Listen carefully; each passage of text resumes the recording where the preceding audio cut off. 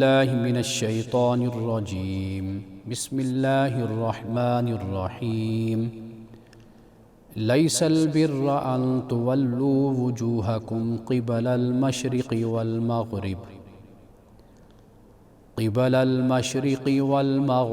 ولكن البر من آمن باللہ والیوم الآخر والملائکة والکتاب والنبیین وآتى المال على حبه ذوي القربى واليتامى والمساكين وابن السبيل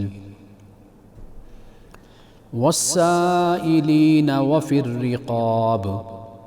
وأقام الصلاة وآتى الزكاة والموفون بعهدهم إذا عاهدوا والصابرين في البأساء والضراء وحين البأس أولئك الذين صدقوا وأولئك هم المتقون صدق اللہ العظیم۔ نیکی صرف یہ نہیں کہ تم اپنے چہرے مشرق یا مغرب کی طرف پھیر لو، بلکہ اصل نیکی یہ ہے کہ آدمی اللہ پر، آخرت کے دن پر، فرشتوں پر، کتابوں پر اور نبیوں پر ایمان لائے، اور اللہ کی محبت میں اپنا مال رشتہ داروں، یتیموں، مسکینوں، مسافروں، سوال کرنے والوں اور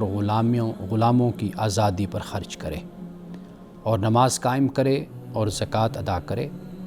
اور جب وعدہ کرے تو اسے پورا کرے، اور تنگی، تکلیف اور جنگ کے وقت صبر کرے۔ یہی لوگ سچے ہیں اور یہی متقی ہیں۔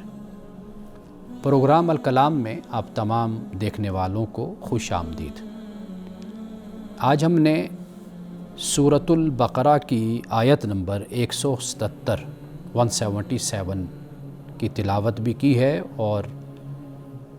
اس کے ترجمہ کو بھی پیش کیا ہے۔ یہ آیت بر کے نام سے پہچانی جاتی ہے، اس لیے کہ اس میں لفظ بر استعمال ہوا ہے۔ اگر سمپل اور سادہ معنی اس کا کیا جائے تو بر سے مراد بڑی نیکی ہے۔ نیکیاں تو بہت ہوتی ہیں، بہت ہیں۔ اللہ سبحانہ و تعالیٰ کا جو حکم ہے، جو اس کی رضا اور خوشنودی جس عمل میں ہے اور جس فعل میں ہے، وہ در حقیقت نیکی ہے، اور اللہ کے ہاں جس کا اجر ہے، انعام ہے، ثواب ہے، وہ در حقیقت نیکی کہلاتی ہے۔ نیکیاں بہت سی ہیں، لیکن اللہ سبحانہ و تعالیٰ بڑی نیکی کیا قرار دیتا ہے اور ہمیں اس اہم مسئلے کی طرف متوجہ فرماتا ہے۔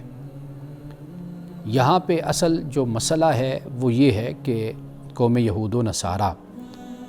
ان کے ہاں اس طرح کی بڑی بحثیں موجود تھیں کہ جن کا تعلق کلامی مسائل کے ساتھ تھا، یا ان کے اپنے اختراع کردہ اور ایجاد کردہ عقائد کے ساتھ تھا، جس وجہ سے یہود و نصارہ آپس میں بحث مباحثہ کرتے رہتے تھے۔ یہود ایک عمل کو بہت بڑی نیکی قرار دیتے تھے، اس کے مقابل اور اس کی مخالفت میں جو نصارہ تھے وہ دوسرے عمل کو بہت بڑی نیکی قرار دیتے تھے، یا اس پر بہت زیادہ اصرار اور تاکید کرتے تھے، اور اس پر بڑے مناظرے کرتے تھے اور بڑے مباحثے کرتے تھے، اور صرف مناظرے اور مباحثے نہیں بلکہ جنگ و جدال تک بھی اس کی نوبت پہنچ جایا کرتی تھی۔ تو یہاں پہ اللہ سبحانہ و تعالیٰ نے ان کے ایک مسئلے کو اس طرح بیان کیا ہے کہ جس کا تعلق تحویل قبلہ سے بھی ہو جاتا ہے۔ یعنی یہود و نصارہ کا معاملہ یہ تھا کہ جو مسیحی تھے، نصرانی تھے، وہ مشرق کی طرف چہرہ کر کے نماز پڑھتے تھے، اور جو یہود تھے وہ مغرب کی طرف چہرہ کر کے نماز پڑھتے تھے۔ اس مسئلے کو تحویل قبلہ کے حوالے سے جب ہم نے بات کی تھی تو وہاں پہ میں نے بڑی وضاحت کے ساتھ اس کو بیان کیا تھا۔ یعنی یہود جب تک اگر یروشلم کے اندر بیت المقدس کے اندر ہوتے تو وہاں پر تو یہود و نصارہ میں کوئی اختلاف نہ ہوتا، لیکن جب باہر جاتے تو پھر ان میں اختلاف ہو جاتا کہ بھائی مشرق کی طرف چہرہ کرنا ہے کہ مغرب کی طرف کرنا ہے۔ انہوں نے اس کو مقدس خیال کیا ہوا تھا، اور اس پر چونکہ سرپٹول ہوتی تھی، ان کے مباحثے اور بحثیں ہوا کرتی تھی اور جنگوں تک بھی نوبت آ جاتی تھی، تو یہاں اسی مسئلے کو در حقیقت بیان کیا ہے، اور مسلمانوں کے لیے بھی ایک لحاظ سے تاکید اور تائید ہے کہ اس مسئلے پہ کوئی ضرورت نہیں ہے جھگڑا کرنے کی یا اختلاف کرنے کی۔ مشرق اور مغرب دونوں اللہ کے، وَلِلَّهِ الْمَشْرِقُ وَالْمَغْرِبُ، مشرق اور مغرب اللہ کے لیے۔ اب انہوں نے اس مسئلے کو اتنی زیادہ اہمیت دے ڈالی تھی یہود و نصارہ نے کہ جو باقی اعمال اور اخلاق تھے وہ ان کی نظروں سے اوجھل ہو گئے، اور انہوں نے وہ احکام پس پشت ڈال دیے۔ اس لیے اللہ سبحانہ و تعالیٰ نے تحویل قبلہ کے حوالے سے جب بیان کیا تو اسی بات کو بیان کیا۔ یہاں پر بھی مسلمانوں کو ایک لحاظ سے یہ نصیحت ہے کہ ان مسائل میں خود کو نہ الجھاؤ۔ یہ دیکھو کہ اللہ کا دین سب سے بڑی نیکی کسے قرار دیتا ہے اور اہمیت کسے دیتا ہے۔ اس لیے فرمایا کہ مشرق اور مغرب کی طرف چہرہ کر لینا یہ صرف بڑی نیکی نہیں ہے۔ یہاں یعنی بر کا مطلب اگر ہم یہ کہیں کہ بڑی نیکی، تو یہ نیکی تو ہے، اس میں کوئی شک نہیں ہے، لیکن یہ بڑی نیکی کیا ہے وہ آگے پھر اللہ سبحانہ و تعالیٰ اس کی وضاحت فرماتا ہے۔ یعنی یہاں سے ایک مسئلہ یہ بھی بیان ہو گیا کہ یہ جو رسمی باتیں ہیں اسلام اس میں نہیں انسان کو الجھاتا۔ یعنی رسمی باتیں کہ آپ اب اسی بحث میں لگ جائیں کہ بھئی آپ کی سمت کیا ہے، آپ کی جہت کیا ہے، آپ نے کس طرف چہرہ کر کے آپ نے عبادت کرنی، اس لیے کہ عبادت اللہ کی ہے۔ اللہ سبحانہ و تعالیٰ نے مشرق اور مغرب کی طرف چہرے کو کرنا، اس کو اللہ تعالیٰ نے یہ نہیں فرمایا کہ صرف یہی نیکی یا بڑی نیکی ہے، بلکہ آگے پھر اس کی تفصیل بیان کر دی اور متوجہ اس طرف کیا کہ نیکی کیا ہے اور نیکی کی حقیقت کیا ہے۔ اس لیے کہ جو کوئی بھی الہامی مذہب کو ماننے والا ہے وہ صرف خدا کی عبادت کرتا ہے۔ خدا کی عبادت در حقیقت اہم ہے، وہ بڑی نیکی ہے، وہ بڑا کام ہے۔ کوئی سمت کو متعین کرنا، کعبۃ اللہ کی طرف کوئی چہرہ کر کے نماز پڑھ رہا ہے، بیت المقدس کی طرف چہرہ کر کے نماز پڑھ رہا ہے، عبادت کر رہا ہے، اللہ سبحانہ و تعالیٰ فرماتا ہے کہ اصل جو معاملہ ہے وہ یہ ہے کہ عبادت صرف اور صرف میری ہے۔ یعنی یہاں پر اس اعتراض کا بھی جواب مل جاتا ہے کہ مسلمان کعبۃ اللہ کی طرف چہرہ کر کے نماز پڑھتے ہیں، گویا کہ وہ کعبۃ اللہ کی عبادت کر رہے ہیں۔ کعبۃ اللہ صرف ایک سمت ہے کہ جس کی طرف مسلمان چہرہ کر کے نماز ادا کرتے ہیں، باقی عبادت صرف اور صرف اللہ کی ہے۔ اب اس کے بعد فرمایا کہ نیکی ہے کیا؟ سب سے پہلے عقیدے کو بیان کیا یہاں پر، اور پھر اس کے بعد اللہ سبحانہ و تعالیٰ کے جو حقوق ہیں، اور پھر اس کے بعد جو بندوں کے حقوق ہیں، اس آیت میں اللہ سبحانہ و تعالیٰ نے پھر ترتیب کے ساتھ اس کو بیان کیا۔ یعنی سب سے پہلی بات فرمایا کہ نیکی یہ ہے کہ انسان اللہ پر اور یوم آخرت پر ایمان لائے۔ اللہ اور یوم آخرت، قرآن پاک میں ان دو کا بہت مقامات پر ہمیں ذکر ملتا ہے کہ اللہ پر ایمان لانا ہے اور یوم آخرت پہ ایمان لانا ہے۔ اس کا مطلب یہ نہیں ہے کہ باقی جو چیزیں ہیں، جو مبادیات دین ہیں، ان پر ایمان لانا کوئی لازم اور ضروری نہیں ہے۔ اب آپ دیکھیے کہ یہاں پر پھر اب باقی چیزوں کو بھی بیان کر دیا گیا۔ فرمایا کہ والملائکۃ، اور ملائکہ پر ایمان لانا، اور والکتاب والنبیین، کتاب پر اور نبیوں پر۔ اللہ پہ ایمان یعنی اللہ کی توحید، اللہ ایک ہے، واحد ہے، شرک کا رد ہو گیا، مذمت ہو گئی، اور ہر طرح کا شرک اور ہر طرح کا نظریہ اور عقیدہ کہ جو توحید کے خلاف ہے یا توحید پر زد پڑتی ہے جس سے، اس کی ممانعت ہوگی۔ اور یوم آخرت یعنی یہ ججمنٹ ڈے جس کو کہا جاتا ہے کہ یہ حساب و کتاب کا دن ہے، یہ یوم آخرت ہے۔ ملائکہ، فرشتے جس میں جبریل، میکائیل، عزرائیل، اسرافیل، یہ خدا کے فرشتے اور یہ خدا کی پوری ایک فوج ہے جو انسان کی نیکیوں میں مدد بھی کرتی ہے، جو اس کائنات کے نظام کو سنبھالے ہوئے اور اللہ سبحانہ و تعالیٰ کے حکم پر اللہ کے حکم کو یہ بجا لاتی ہے، یہ مخلوق۔ پھر اس کے بعد کتاب ہے، یعنی کتاب سے مراد جو اللہ سبحانہ و تعالیٰ نے اپنے پیغمبروں پر نازل کیا، تورات ہے، انجیل ہے، زبور ہے، قرآن مجید ہے۔ اس کے علاوہ قرآن مجید بتاتا ہے دیگر صحائف ہیں، حضرت ابراہیم علیہ السلام کو صحیفے دیے گئے، دیگر انبیاء علیہ السلام کو آخر ہدایت اور رہنمائی دی گئی۔ تو فرمایا کہ کتاب پر بھی ایمان اور نبیوں پر، نبیین۔ اب یہاں پہ آپ دیکھ لیجئے کہ اللہ سبحانہ و تعالیٰ نے کوئی فرق نہیں بیان کہ نبیین جب فرمایا تو حضرت آدم علیہ السلام سے لے کر رسول اللہ صلی اللہ علیہ وسلم تک تمام نبی اس میں شامل ہو گئے۔ یہاں سے یہ بات معلوم ہو جاتی ہے کہ اسلام صرف محمد رسول اللہ صلی اللہ علیہ وسلم پر ایمان لانے کا تقاضا نہیں کرتا، بلکہ تمام انبیاء۔ اگر کوئی یہ کہے کہ میں محمد رسول اللہ پر تو ایمان رکھتا ہوں اور نعوذ باللہ میں کسی اور پیغمبر پہ ایمان نہیں رکھتا، تو ہم اس کو کبھی مسلمان نہیں مانیں گے۔ وہ مومن، وہ مسلمان تب ہی بنے گا کہ وہ رسول اللہ پر ایمان لانے کے ساتھ تمام انبیاء علیہ السلام پہ ایمان لائے، صرف انبیاء پہ نہیں، ان کی کتب پر بھی ایمان لائے۔ تو یہ قرآن پاک نے یہاں پر عقیدے کو بیان کر دیا۔ اب اس کے بعد ناظرین کرام ہم اس سے آگے جو حصہ ہے اس پر بات کریں گے، لیکن ایک وقفے کے بعد۔ وقفے کے بعد دوبارہ آپ کی خدمت میں حاضر ہیں۔ پہلا حصہ ہم نے بیان کر دیا پہلے وقفے میں کہ ایمان کس چیز کا نام ہے اور کن پہ ایمان لانا ہے۔ پہلے اللہ ہے، یوم آخرت ہے، ملائکہ ہیں، نبیین ہیں، کتابیں ہیں، ان پر ایمان لانا ہے۔ اب واضح بات ہے کہ جب ایک شخص اپنے آپ کو مسلمان کہتا ہے، وہ ایمان لاتا ہے،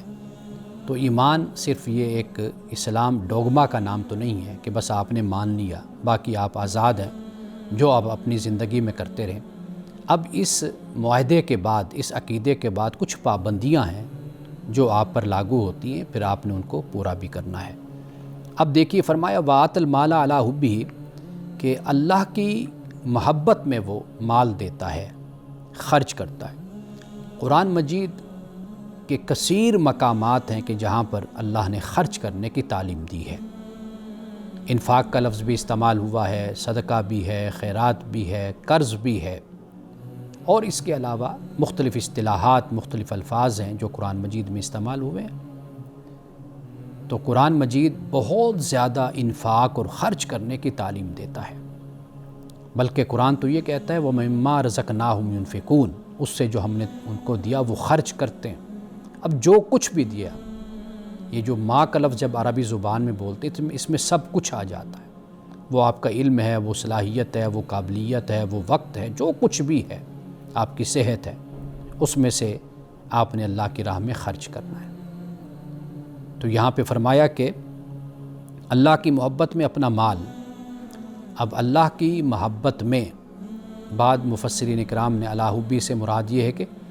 جو حب نفس ہے اس کی مخالفت کرتے ہوئے وہ مال کو خرچ کرتا ہے۔ حب نفس، اپنے نفس کی محبت، اس لیے کہ نفس تو کہتا ہے خرچ نہ کر،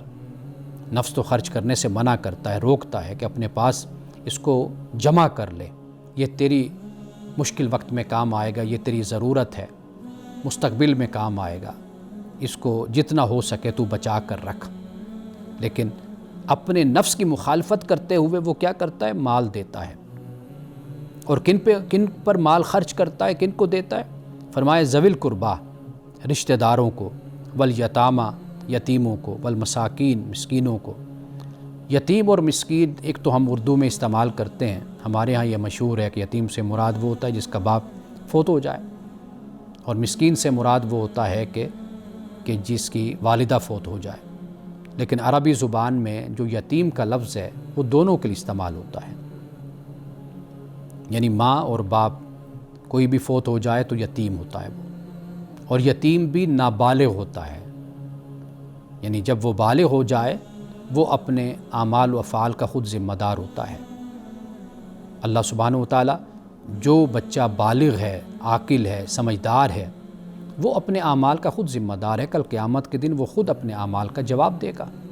وہ نماز پڑھتا ہے نہیں پڑھتا، ماں باپ کا ادب کرتا ہے نہیں کرتا، وہ دوسروں کے جو اس پر حقوق لاگو ہوتے ہیں ایک نوجوان ایک بالغ ہونے کے ناطے ان کو وہ ادا کر رہا یا نہیں کر رہا، یہ سارے جو فرائض اور احکام ہیں یہ بلوغت کے بعد نافذ ہوتے ہیں۔ تو لہٰذا یتامہ کا جب ہم لفظ بولتے ہیں تو یتیم وہ ہوتا ہے کہ چاہے باپ فوت ہو جائے چاہے ماں فوت ہو جائے لیکن وہ نابالغ ہو۔ اس کے بعد والمساکین اور مسکین، یعنی وہ لوگ کہ جو غربت کی بالکل گہرائی میں گرے ہوئے ہیں، پستی میں، تو وہ مساکین ہو گئے۔ وابن السبیل مسافر،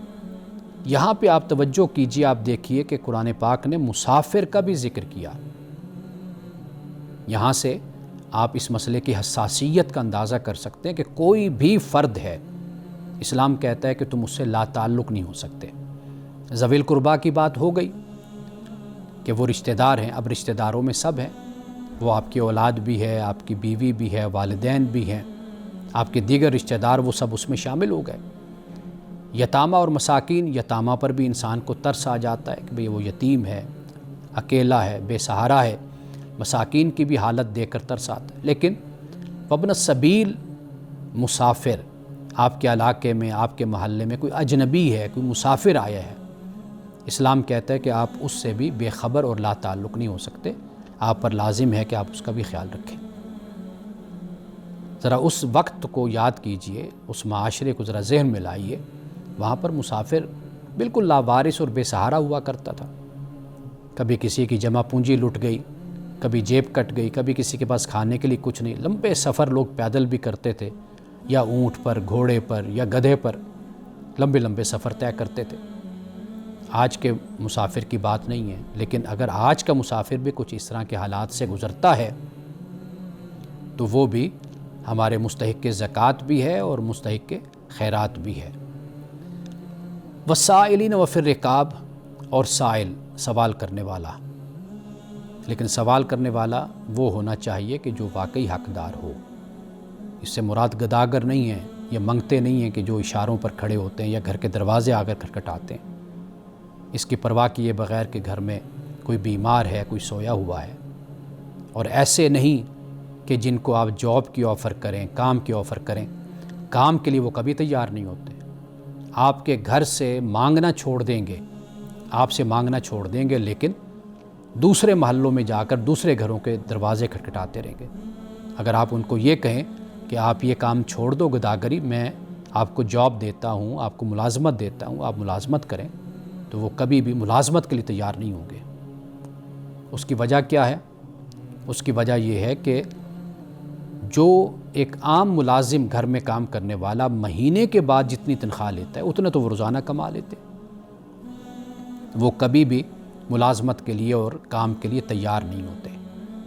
اور یہ بھی ایک المیہ ہے ہمارے معاشرے کا کہ ہمارے معاشرے میں گداگر کو تو دے دیا جاتا ہے،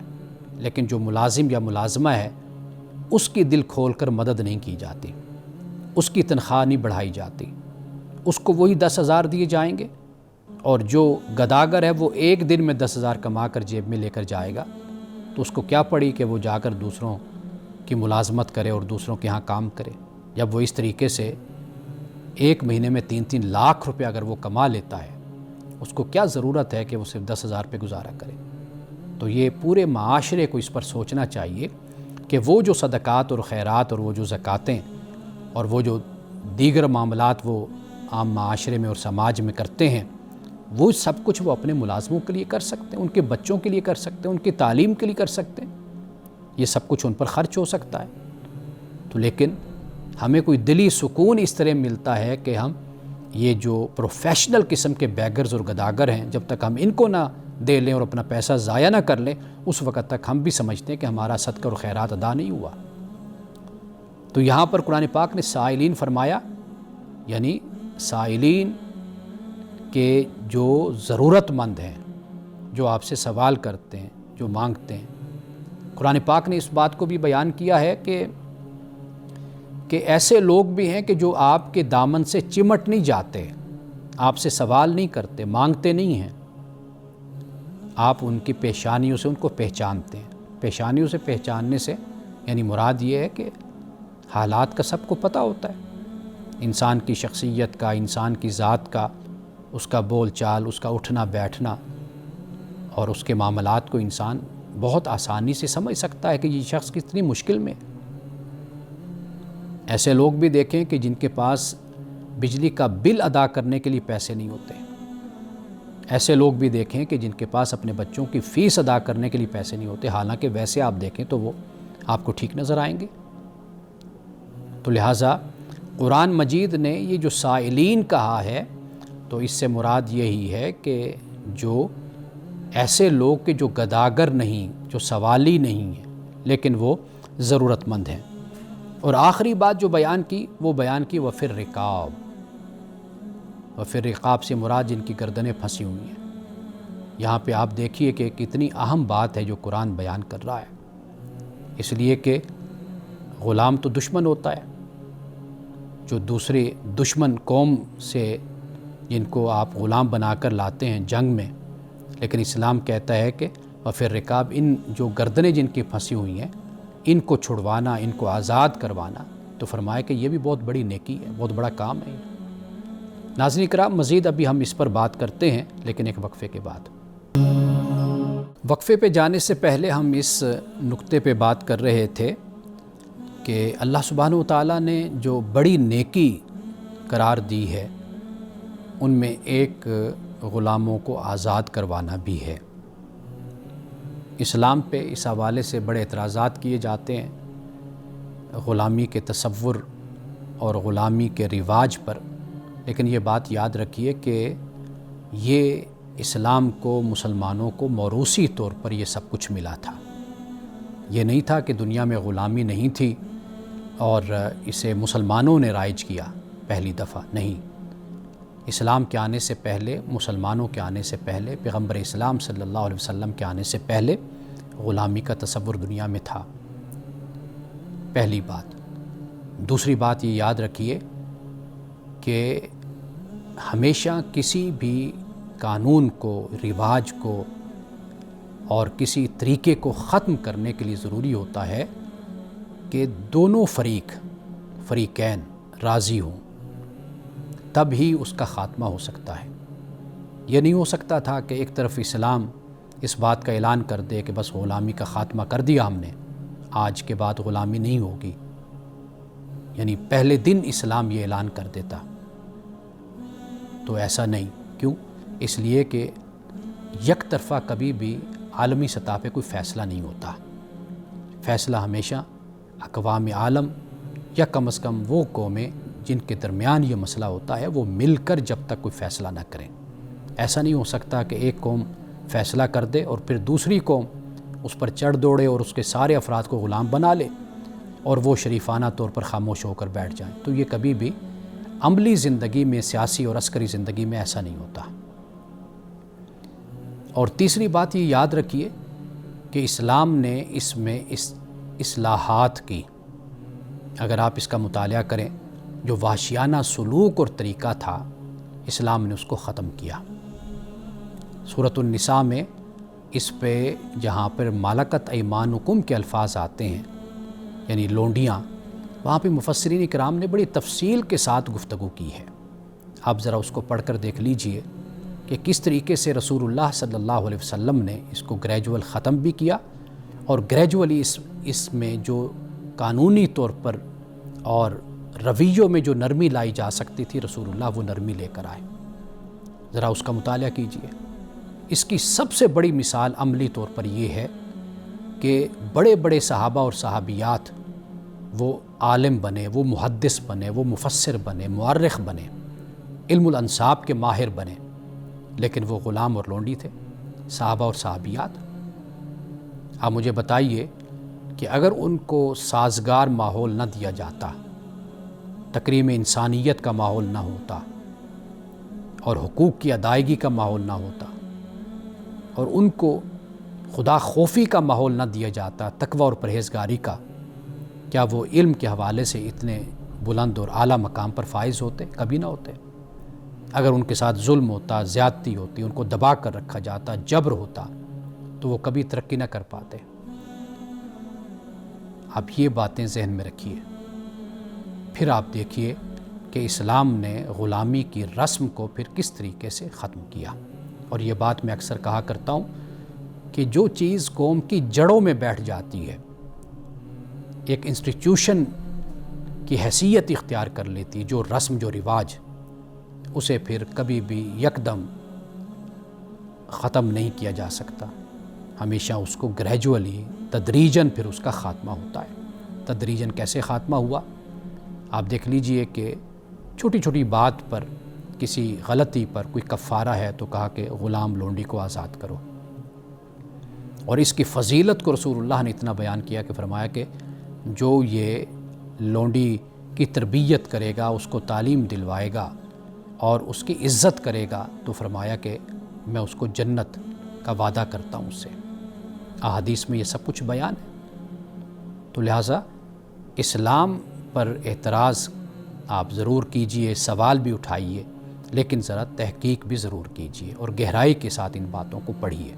پھر آپ کو معلوم ہوگا کہ قرآن پاک نے کس انداز سے اس مسئلے کو حل کیا اور اس کو بیان کیا ہے۔ اب آئیے اس کے بعد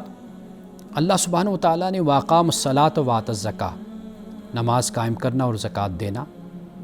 اور یہاں پر یہ دیکھیے کہ پہلے اللہ نے مال کو بیان کیا، یعنی صرف یہ نہیں کہ نماز پڑھو، پہلے اللہ تعالیٰ نے مال کو بیان کیا، ذوی القربیٰ، یتامہ، مساکین و ابن السبیل، سائلین و فی الرقاب، اور پھر اس کے بعد فرمایا کہ نماز کو قائم بھی کرنا ہے، زکوٰۃ بھی دینی ہے۔ والموفون بعہدہم اذا عاہدوا، اور جب وعدہ کرو تو پھر اس کو پورا کرنے کی بھی یہاں پر تعلیم دی گئی ہے۔ یہ بڑی اہم بات ہے۔ اور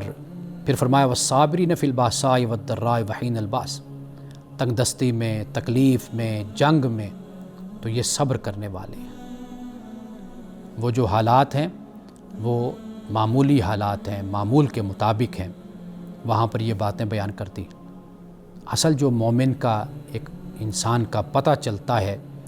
وہ ہمیشہ فقر و فاقہ میں، تنگ دستی میں پتہ چلتا ہے، والضراء، اور وہ تکلیف میں پتہ چلتا ہے، یعنی ایک تو مالی طور پر تنگ دستی، اوپر جسمانی طور پر بھی کوئی تکلیف، اور پھر جنگ کے وقت، جنگ کے جو حالات ہوتے ہیں اس وقت پھر انسان کا پتہ چلتا ہے۔ تو اللہ پاک یہ فرماتا ہے اولئک الذین صدقوا، یہی وہ لوگ ہیں کہ جنہوں نے سچ کر دکھایا، واولئک هم المتقون، اور فرمایا کہ یہی لوگ متقی ہیں، یہی لوگ پرہیزگار ہیں۔ تو یہاں پر آیت بر کی جو آیت نمبر سورۃ البقرہ کی 177 ہے، یہاں پر مکمل ہوتی ہے۔ گویا کہ اگر ہم اس سورت کو پڑھیں اور اس کو یاد کر لیں تو پورا اسلام اللہ تعالیٰ نے اس ایک آیت میں بیان کر دیا ہے، اور یہ وہ ایمانیات ہے کہ جس کو یہاں پر اللہ نے بیان کیا۔ تو انشاءاللہ ایک وقفہ لیتے ہیں، اس کے بعد آپ کے سوالات ہیں کچھ، اس پر بات کریں۔ وقفے کے بعد دوبارہ آپ کی خدمت میں حاضر ہیں، اور یہ ایک سوال ایک بہن کا ہے۔ وہ کہتی ہیں کہ میرے شوہر ہمیشہ میرے گھر والوں کا موازنہ اپنے گھر والوں سے کرتے ہیں، یعنی کمپیئر کرتے ہیں میرے گھر والوں کو اپنے گھر والوں سے۔ میں کیسے سمجھاؤں کہ ہر خاندان مختلف ہوتا ہے؟ اور یہ جو بہن کا سوال ہے یہ بڑا اہم ہے، اور یہ اکثر مردوں کو، شوہروں کو یہ بیماری ہوتی ہے کہ معلوم نہیں ہے کہ وہ کسی احساس کمتری میں مبتلا ہوتے ہیں، وہ اپنی بیوی کو اسی بات ہی کی اذیت دیتے رہتے ہیں، یعنی اپنے خاندان کو کوشش کریں گے کہ زیادہ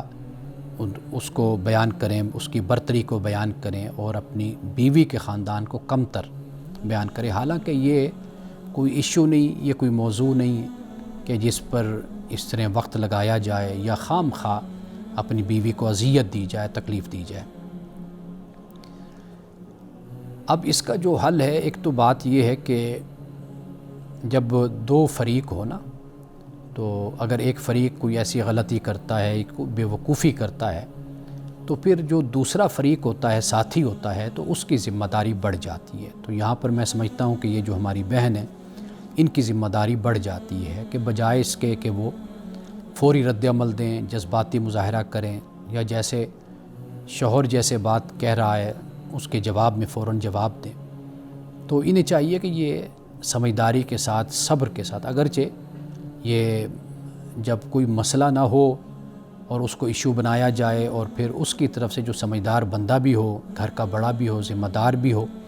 اس کا اگر یہ رویہ ہو تو پھر افسوسناک یہ رویہ ہے، اور واقعی انسان کئی دفعہ پریشان ہو جاتا ہے اور رد عمل دے بیٹھتا ہے۔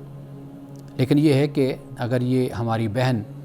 اس مسئلے پہ صبر کا مظاہرہ کرے اور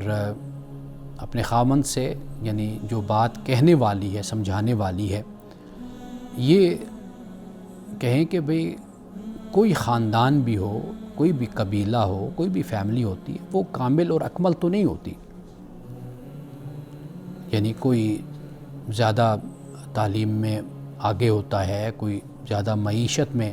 معاش میں بہتر ہوتا ہے، کوئی کسی حوالے سے بہتر ہوتا ہے، کوئی سیاسی اپنے رکھ رکھاؤ اور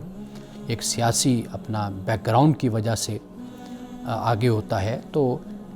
خاندان تو کوئی بھی کامل نہیں ہے، کوئی بھی اکمل نہیں ہے، اور یہ سب سے بہتر طریقہ ہوتا ہے۔ ایک طریقہ یہ ہوتا ہے کہ اگر ایک شخص آپ کے خاندان پر اٹیک کر رہا ہے تو آپ اس کے خاندان پر اٹیک کرنا شروع کر دیں، تو یہ طریقہ غلط ہوتا ہے، تو گویا کہ پھر آگ لگانے والی بات ہو جاتی ہے اور معاملہ جو ان سا ہے وہ ہمیشہ بھڑکتا ہے۔ اب صورتیں اس کے سامنے، یعنی ہماری بہن کے سامنے دو ہو سکتی ہیں، اگرچہ انہوں نے اپنے اس سوال میں اس کو واضح نہیں کیا۔ ایک تو یہ کہ عام گفتگو میں شوہر موازنہ کرتا ہے، یعنی جیسے بعض لوگوں کو عادت ہوتی ہے، گفتگو کر رہے ہیں، مذاق کر رہے ہیں، باتوں باتوں میں پھر موازنہ کرنا شروع کر دیا، اور اپنی بیوی کے خاندان پر کوئی مذاق میں ایسے ہی کوئی تنقید کر دی، کوئی طنز کر دیا۔ ایک تو عام گفتگو ہے، تو اس کے لیے تو بہتر طریقہ یہی ہوتا ہے کہ گفتگو کے دوران بھی انسان اپنا نقطہ نظر بیان کر دیتا ہے کہ اللہ تعالیٰ نے انسانوں کو ایک جیسا نہیں بنایا، جس طرح انسان ایک جیسے نہیں ہوتے، اسی طرح خاندان بھی ایک جیسے نہیں ہوتے، اس لیے موازنہ نہیں بنتا اور نہ کیا جانا چاہیے موازنہ۔ ایک تو عام طور پر ایک عام گفتگو میں اس طرح بات ہو جاتی ہے۔ دوسرا یہ ہے کہ اگر مثال کے طور پر خاوند غصے میں ہے اور غصے میں اس کا یہ رویہ ہے، تو واضح بات ہے کہ ایسے ماحول میں انسان اٹھ کر چلا جاتا ہے، اپنا کمرہ بدل لیتا ہے، یا خاموشی انسان اختیار کر لیتا ہے۔ تو یہ بہتر طریقہ یہی ہے۔ یا پھر یہ ہے کہ جب کوئی حالات ذرا نارمل ہو جاتے ہیں، ماحول مناسب ہو جاتا ہے، تو اس وقت پھر اگر غصے میں ہے تو پھر تو مقابلہ اگر اس وقت کیا جائے گا، بولا جائے گا، تو پھر تو جھگڑا بڑھ جائے گا۔